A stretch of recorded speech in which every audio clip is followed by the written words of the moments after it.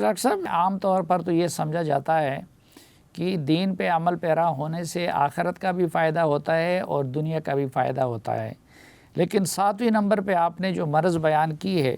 وہ ہے دین کو دنیا کے فائدے کی چیز سمجھنا، تو اس کو ذرا واضح کر دیجئے کہ اس سے آپ کی کیا مراد ہے؟ دیکھیے، یہ ہندوستان اور پاکستان میں یہ ایک دین کا تصور پیدا کیا گیا کہ، اور یہ میرا خیال ہے کہ انگریز کے آنے کے بعد اس کے امکانات زیادہ ہیں کہ اس زمانے میں پیدا ہوا ہے، وہ یہ کہ ہمیں یہ بتایا جاتا ہے کہ یہ کام کرو گے تو ثواب دائرین حاصل کرو گے، 10 دنیا اور 70 آخر ہوں گے، اور صدقہ تو رد البلا، صدقہ کو دو گے تو بلائیں ٹل جائیں گی۔ یہ سارے کے سارے جو جملے ہیں یہ قرآن و سنت کے جملے نہیں ہیں، یہ ہم نے یہاں پیدا کیے ہیں۔ وجہ کیا ہوئی؟ وجہ یہ ہوئی کہ جب اسلام پہ حملہ ہوا انگریز کے آنے کے بعد، اور اب دوسرا حملہ الحاد کا ہوا ہے، اس زمانے میں عیسائیت کے پہلو سے ہوا تھا اور سائنس کے پہلو سے ہوا تھا، تو اس کا جواب دینے کے لیے مذہب کا ایسا روپ اختیار کرنا چاہیے تھا جو مجھے دنیا میں فائدہ دے سکے۔ نتیجہ یہ نکلا کہ ہمارے ہاں یہ جملے بولے جانے لگ گئے کہ اس کا فائدہ ہوگا، اس کا فائدہ ہوگا، چنانچہ میں نے دنیا کی خاطر دین کو اختیار کرنا شروع کر دیا۔ چنانچہ آپ دیکھیے کہ پیری فقیری کا راستہ کیا بنا کہ پیر صاحب پکڑ لو، بس آگے تو بخشے جائیں گے، یہاں کاروبار کر لو، یہاں کامیابی حاصل ہو جائے گی، یہ ہو جائے گا۔ چنانچہ میری پوری توجہ نیکی کے لیے بھی دنیا کی خاطر ہو گئی۔ تو میں جو نیکی کرتا تھا اس لیے کہ کل میں نے خدا کے ہاں جواب دینا ہے، تو میری نیکی میرے اندر کی شخصیت کا اظہار ہوتی تھی، ایمان کا اظہار ہوتی تھی۔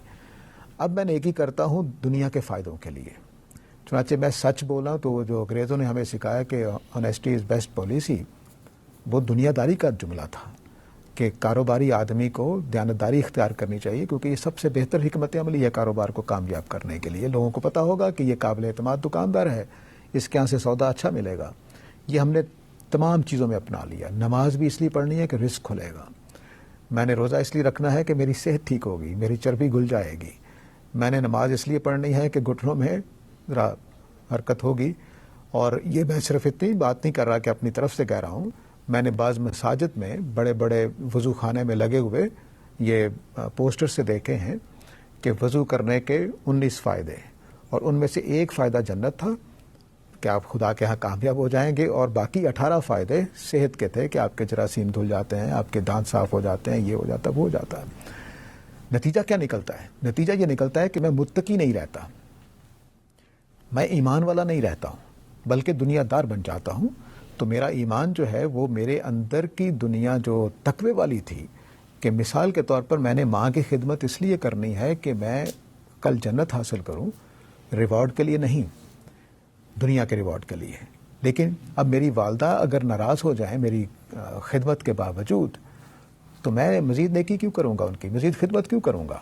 کوئی ضرورت نہیں ہے، کیونکہ نتیجہ نہیں نکلا کوئی بھی۔ تو جب نتیجہ نہیں نکلتا تو پھر میں دنیا کے کاموں کے لیے، تو اب میرا تقوی آہستہ آہستہ مر رہا ہے، اور میری نیکیاں صرف دنیا داری کے لیے ہوتی چلی جا رہی ہیں۔ چنانچہ میں جس تقوی کے ساتھ خدا کے حضور ہو کر پیش ہو کر کامیاب ہونا ہے وہ میرے اندر نہیں ہے، اور جب تقوی نہیں ہوتا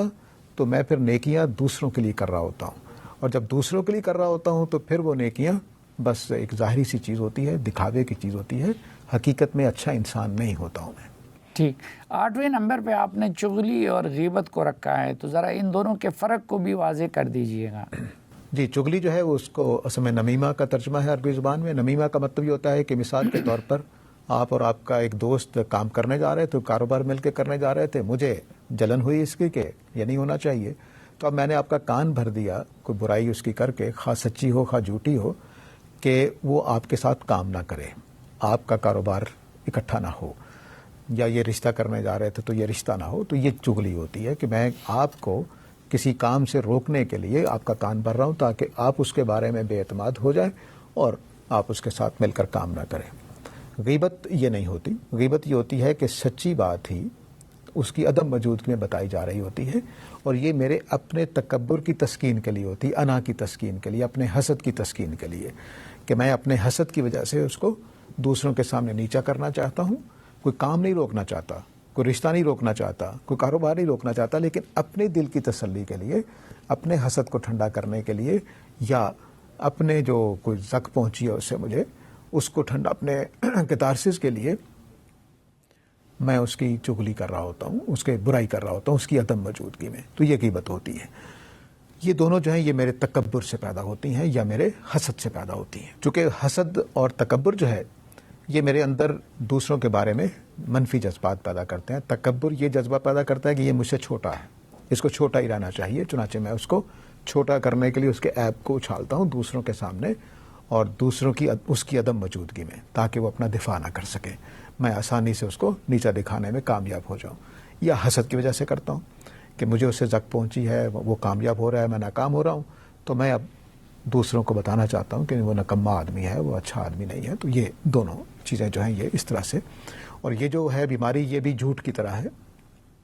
ہمارا ہر فرد چغلی غیبت کرتا ہے اور اس کو یہ بالکل محسوس نہیں ہوتا کہ وہ کتنا سنگین کام کر رہا ہے۔ یہ ان برائیوں میں سے ہے جس کو قرآن نے خود روکا ہے کہ یہ نہیں ہونا چاہیے، کیونکہ یہ بھی ہمارے اندر سے دوستی، محبت، تعلق، ایک دوسرے کے کام آنا، ایک دوسرے کا ساتھ دینا، ان ساری چیزوں کو روک دیتی ہے۔ چنانچہ امت کے اندر جو قوم کی حیثیت سے جذبات ہوتے ہیں، مل کر کام کرنے کے جذبات ہوتے ہیں، وہ ان دونوں بیماریوں کی وجہ سے ختم ہو جاتے ہیں، بدگمانی کی وجہ سے بھی اور ان دو بیماریوں کی وجہ سے۔ ٹھیک، 90 نمبر پہ آپ نے جو جس مرض کو رکھا ہے وہ بظاہر تو ایک بابرکت کام نظر آتا ہے، صرف دوسروں کی اصلاح، تو دوسروں کی اصلاح کرنا تو اچھی بات ہے، آپ نے اس کو مرض کے زمرے میں کیوں رکھا ہے؟ مرض اس لیے بنتا ہے، دوسروں کی اصلاح بڑی اچھی چیز ہے بلا شبہ جیسے آپ نے فرمایا، لیکن اگر وہ صرف دوسروں کی ہو، اپنی نہ ہو، تو یہ جرم بن جاتا ہے، عیب بن جاتا ہے۔ ہمارے یہاں کچھ ایسی تحریکیں چلی جنہوں نے یہ کوشش کی کہ ہم آؤ بڑھ کر اصلاح کرتے ہیں ایک دوسرے کی، ان تحریکوں میں یہ مسئلہ پیدا ہو گیا کہ میں نے اپنی اصلاح چھوڑ دی، دوسروں کی اصلاح کرنے پہ لگ گیا۔ چنانچہ پاکستان میں یہ صورتحال ہوتی ہے کہ اپنے گھر میں تو اسلام نافذ نہیں ہے، لیکن ہم دوسروں پہ کرنا چاہتے ہیں۔ اپنے گھر میں تو کوئی نماز نہیں پڑھتا، لیکن میں دوسروں کو نماز کی تلقین کر رہا ہوتا ہوں۔ اب خود اپنے عیب 2000 ہوں گے، لیکن دوسروں کے عیب کے اوپر کیچڑ اچھال رہا ہوں گا ان کے لیے کہ دیکھو اس نے یہ کر دیا، اس نے یہ کر دیا۔ چنانچہ یہ پہلا میرا خیال ہے کہ میری زندگی میں قوم ہوگی جس کو میں نے قریب سے دیکھا ہے کہ اپنے عیب کے بعد وہی عیب میں کر رہا ہوں گا، لیکن دوسرے کا عیب وہ بہت نمایاں کر کے بیان کر رہا ہوں گا، دیکھو جی یہ بڑا جھوٹ بولتا ہے، دیکھو جی یہ ڈاکو ہے، یہ غدار ہے، یہ فلاں ہے، یہ فلاں ہے، حالانکہ سارے کام وہ میں خود بھی کر رہا ہوں گا۔ تو یہ جو مرض ہے، اس سے کیا مطلب ہے کہ میں بس تقریریں کرنے والا بن جاتا ہوں، دوسروں کی اصلاح کرنے کا جذبہ، بڑا اچھا نیک آدمی ہوں، کیا بات ہے، میں نے یہ کام کیا، میں نے فلاں کی اصلاح کی، میں نے فلاں کو بتایا کہ تمہارے اندر یہ غلطی ہے، میں نے فلاں کو بتایا تم اس طرح سے غلط ہو، لیکن اپنے جو عیب ہیں ان کی اصلاح نہیں ہوتی۔ تو دین اسلام جو ہے وہ یہ نہیں کہتا کہ دوسروں کی اصلاح سے شروع کرو، وہ کہتا ہے کو انفسکم و اہلیکم نارا، اپنے آپ کو اور اپنے گھر والوں کو آگ سے بچاؤ۔ اس نے نقشہ ہی دوسرا دیا، اور جب نبی کریم صلی اللہ علیہ وسلم کو تلقین کرنے کے لیے، دعوت دینے کے لیے کہا، تو پھر وہاں پر بھی یہی کہا کہ الاقرب فالاقرب، کہ پہلے اپنے آپ کو پھر دوسرے قریبی رشتہ داروں کو، لیکن ہم نے اپنے آپ کو چھوڑ دیتے ہیں، بس اس وجہ سے یہ جرم بنتا ہے۔ وہ کرنا بڑی اچھی بات ہے، دوسروں کی اصلاح کرنا، تو صرف دوسروں کی اصلاح کرنا جرم یہ ہے۔ اپنی اصلاح کریں گے، ساتھ دوسروں کو بھی کریں گے، اور وہ اپنے دائرے میں کریں گے، تو بڑا ایک حسین امتزاج پیدا ہوگا، اور امت کی اصلاح بھی ہوگی اور فائدہ بھی ہوگا۔